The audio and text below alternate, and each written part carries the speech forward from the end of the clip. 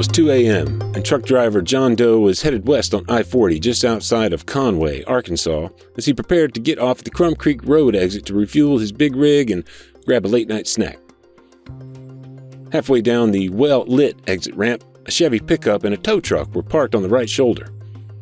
Slowing to less than 10 miles per hour from a posted ramp speed of 25, switching on his high beams, Doe cautiously came abreast of the tow truck when, whoompo! Alas, the dead-tired, inattentive tow truck driver had pulled right into Doe's path, mangling his right front fender and headlight in the process.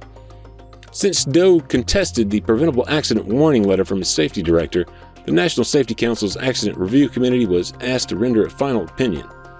To his relief, the NSC ruled in his favor, noting that the other truck's sudden assault could not rationally have been anticipated.